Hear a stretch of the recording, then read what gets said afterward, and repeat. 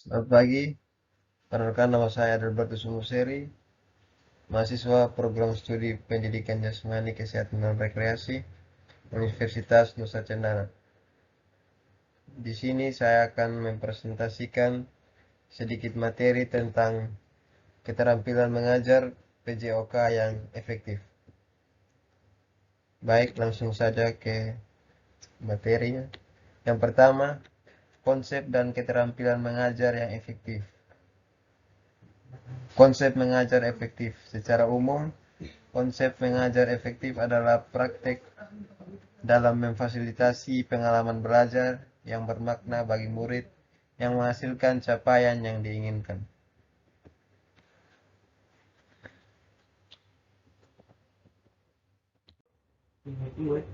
Kita akan memandang pengajaran sebagai fasilitasi pengalaman belajar murid-murid kita.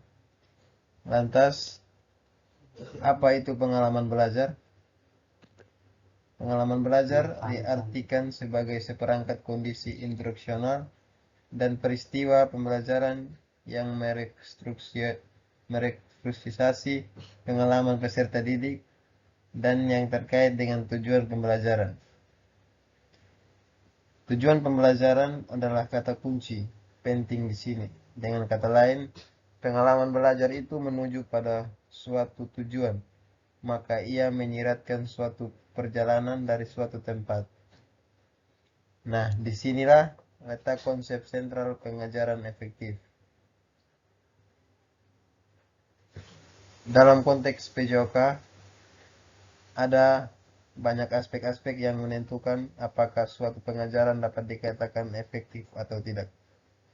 Beberapa contoh aspek tersebut adalah yang pertama, tujuan pembelajaran harus jelas, keterlibatan aktif murid, pengajaran berdiferensiasi, adanya pemrograman dan pentahapan atau pengembangan konten. Yang kelima, demonstrasi keterampilan dan penjelasan. Yang keenam, umpan balik. 7, komunikasi yang efektif. 8, penilaian dan evaluasi.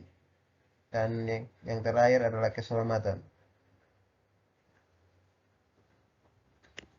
Jadi dalam konteks PJOK,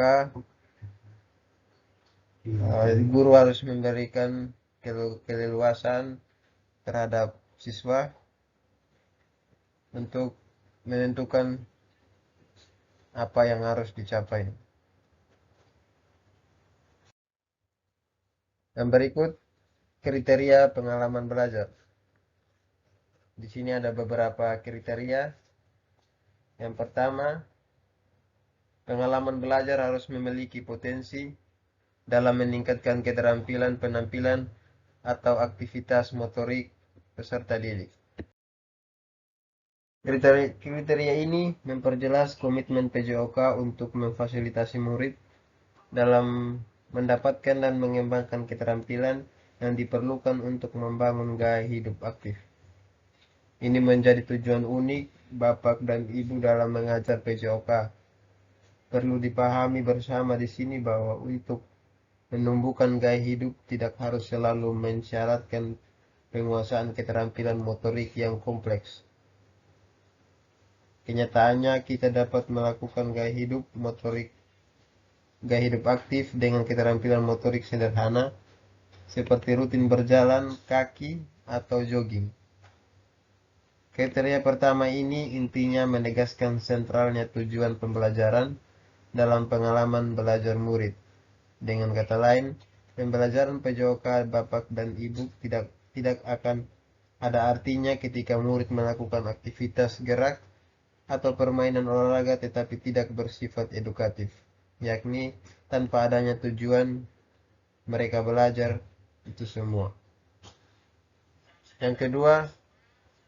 Kriteria yang kedua, pengalaman belajar peserta didik harus memaksimalkan aktivitas atau waktu mempraktikkan gerak untuk semua murid sesuai dengan tingkat kemampuannya. Kriteria ini tidak semata-mata terkait dengan pengelolaan kelas, tapi juga keputusan bapak dan ibu tentang konten yang akan disampaikan. Ada hubungan langsung antara peluang belajar dengan pembelajaran itu sendiri. Untuk keterampilan dan kemampuan psikomotor yang menjadi fokus utama PJOK.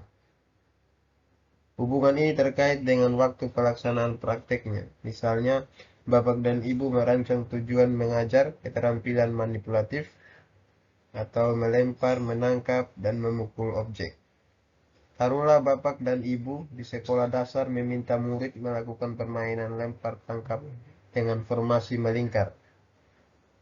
Atau bapak dan ibu di SMA mengajarkan estafet dengan formasi berbanjar atau dengan permainan yang dimodifikasi. Maka sesungguhnya berbagai aktivitas gerak tersebut tidak akan berpotensi maksimal untuk mempraktikkan keterampilan yang diinginkan. Mengapa? Karena kebanyakan pengembangan keterampilan manipulatif hanya membutuhkan satu atau dua orang saja. Kriteria yang ketiga, pengalaman belajar harus sesuai dengan level pengalaman semua peserta didik. Jadi kriteria ini, murid-murid bapak dan ibu mendapatkan pengalaman belajarnya secara lebih bermakna ketika aktivitasnya sesuai dengan kemampuannya. Aktivitas klasik dalam pembelajaran PJOK adalah guling depan. Murid-murid yang tidak dapat menggulingkan badannya walaupun sudah mencoba berkali-kali bisa jadi karena gerakan tersebut terlalu sulit bagi mereka. Sebaliknya, jika bapak dan ibu mengajar keterampilan yang mudah bagi murid-murid, maka tidak ada tantangan di sana. Bapak dan ibu harus dapat merancang pengalaman belajar yang menantang tapi masih dapat dilakukan oleh semua peserta didik. Dan yang terakhir, kriteria yang keempat, pengalaman belajar harus memiliki potensi untuk mengintegrasikan tujuan pendidikan dalam ranah psikomotor, afektif, dan kognitif. Dalam pandangan pendidikan holistik, murid-murid ditempatkan sebagai manusia yang utuh, tidak berpisah-pisah antara jasmani dan rohani, fisik dan pikiran, raga dan jiwa. Oleh sebab itu, meskipun PJOK menitik beratkan pada pembelajaran keterampilan gerak, rasanya tidak mungkin untuk menggerakkan tubuh secara terpisah dengan komponen afektif dan kognitif.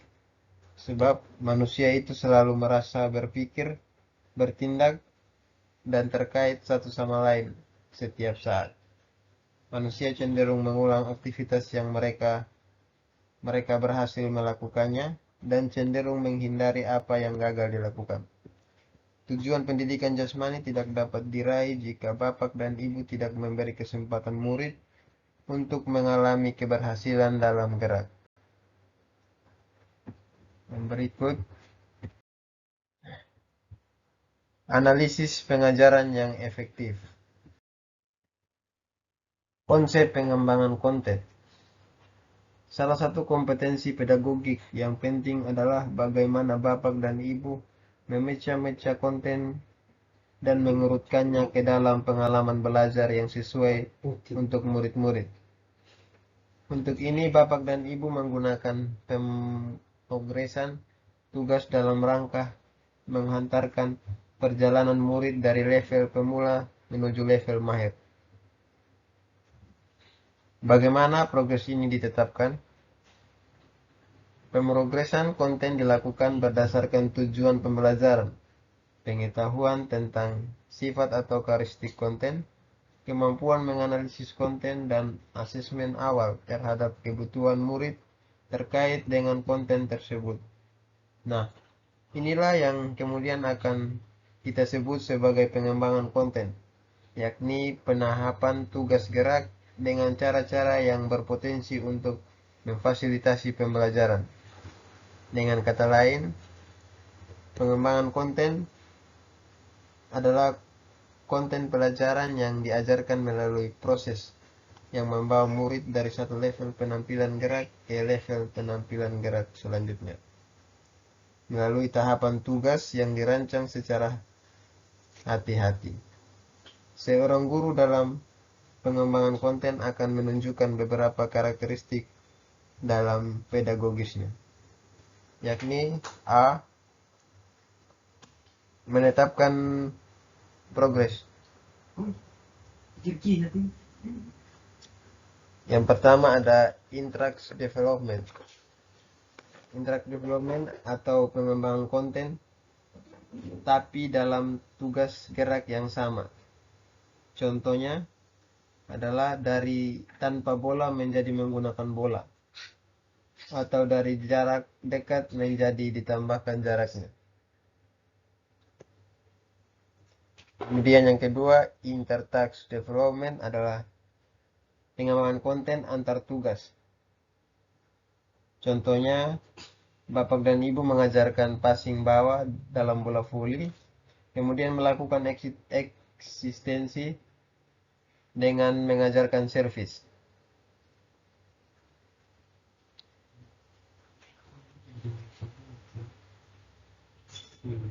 Kemudian berikut yang B, memperhatikan kualitas penampilan atau kehalusan.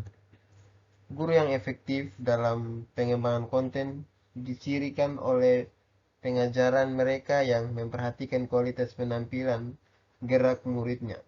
Jika Bapak dan Ibu menginginkan kualitas ini, maka perhatian Bapak dan Ibu akan ditunjukkan melalui penyampaian umpan balik kepada murid tentang bagaimana mereka menampilkan suatu keterampilan. Secara khusus, topik umpan balik akan kita bahas di dalam bagian selanjutnya.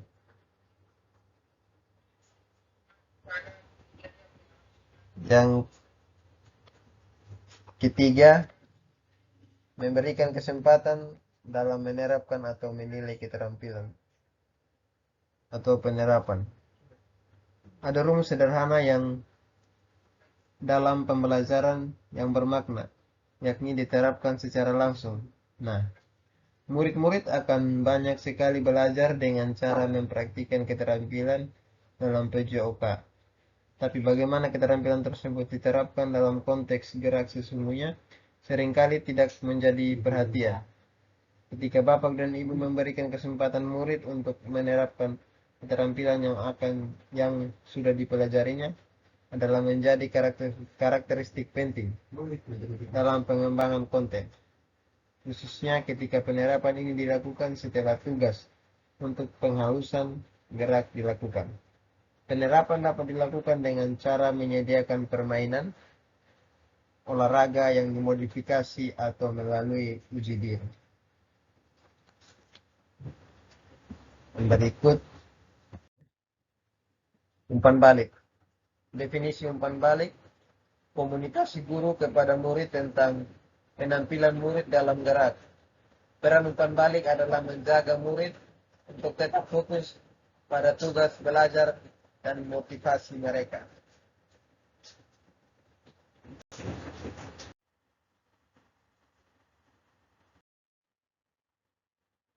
Jenis umpan balik, yang pertama ada evaluatif atau bagus tidaknya tugas gerak. Yang kedua ada korektif, apa yang harus atau tidak dilakukan selanjutnya. Yang berikutnya sejalanan umpan balik. Sejalan ada kesaling hubungan antara konten umpan balik, fokus tugas dan isyarat tugas. Tidak sejalan, informasinya mungkin penting tapi tidak dengan fokus tugas.